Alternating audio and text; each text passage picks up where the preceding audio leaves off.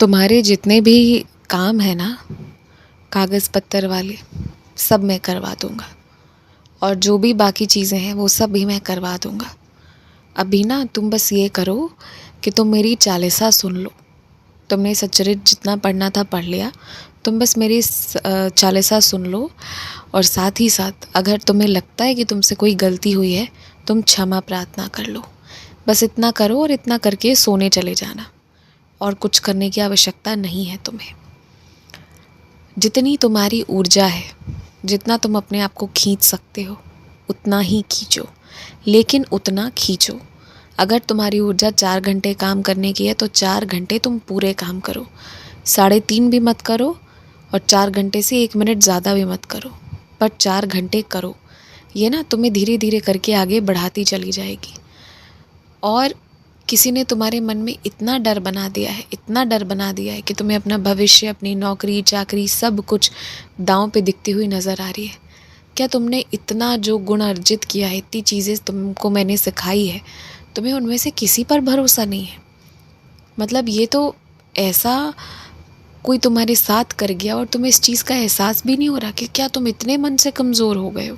तुम तो कभी हारने वालों में से नहीं थे और आज इतने मन के कमज़ोर हो गए हो कि ये स्थिति हो गई है तुम्हारी। पहचानो, शीशे में जाकर देखो, ये तुम नहीं हो जो इतना डरा हुआ है, इतना परेशान है, ये तुम नहीं हो। और इतनी चिंता, इतना तनाव लेकर कहाँ जाओगे? अगर तुम्हारे माता पिता ने तुमको जन्म दिया होता या जन्म दिया है तो उनकी जितनी जिम्मेदारी है वो उतना निर्वाह कर देंगे। लेकिन तुम एक बात समझो कि तुम्हारे माता पिता हों, तुम्हारे घर वाले हों, बाहर वाले हों, कोई भी हों, ये सब सांसारिक रिश्ते हैं। मुझे इनसे कोई लेना देना नहीं है। हाँ, इनके साथ अच्छे से रहो, सारा सब कुछ है, वो बात अलग है, ठीक है, सही है। लेकिन तुम ये बात समझो, असली में तुम्हारा माँ बाप सब कुछ मैं हूँ। सब कुछ करने वाला, तुम्हारा पालन पोषण करने वाला मैं हूँ। तो तुम क्यों चिंता करते हो? मैं तुम्हें ये समझा समझा कर थक गया हूँ और अब मैं तुम्हें आखिरी बार आज कह रहा हूँ, परेशान होना बंद करो, वरना अब तुम्हारी तबीयत बिगड़ने लग जाएगी और तबीयत बिगड़ने से भी कुछ नहीं होना है। इसीलिए अब परेशान होना बंद करो। असंख्य असंख्य चीज़ें इस ब्रह्मांड में हर वक्त मौजूद रहेंगी। जो व्यक्ति पूरी निष्ठा से काम करने को तैयार रहेगा उसे रोज़गार मिलेगा। जो व्यक्ति पूरे दिल से प्रेम करने को तैयार रहेगा उसे प्रेम से भरा रिश्ता मिलेगा।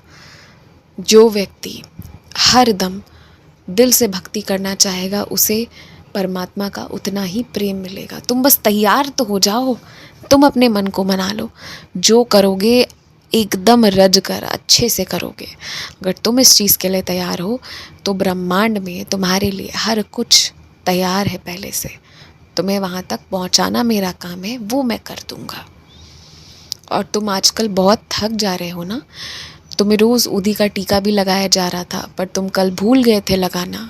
आज फिर से ऊदी का टीका अपने मस्तक पर लगाकर सोना। मेरी ऊदी का टीका लगाने से सबसे पहली और सबसे सुंदर चीज़ पता है क्या होती है? तुम्हारी आत्मा को हर क्षण ये एहसास रहता है कि मैं तुम्हारे बहुत करीब हूँ। और ये एहसास ही एक तुम्हारे जीवन में इस वक्त सुख का, खुशी का कारण बना हुआ है। तुम जीवन में अभी बहुत तनाव लेकर चल रहे हो। तुम किसी अपने को खो देने का डर कभी लेकर चलते हो, तो कभी खुद घर से बेघर होने का डर लेकर चलते हो, तो कभी सब तुम्हें पीठ दिखा देंगे तब क्या करोगे, इसका डर। इतना डर क्यों लेकर चलना है? इतना डर नहीं, अब ऐसा नहीं करो। देखो, तबीयत मत ख़राब करो अपना, क्योंकि ना तुम इसका आरोप भी किसी पे लगाओगे ना तो भी जो कष्ट तुम्हारे शरीर को झेलना है वो कोई नहीं झेलने आएगा। इसीलिए अब ना स्थिर मन से काम करो, मेरी पूजा बहुत करो। और तुम्हें ना बहुत ज़रूरी है कि तुम अपना ध्यान करना शुरू कर दो।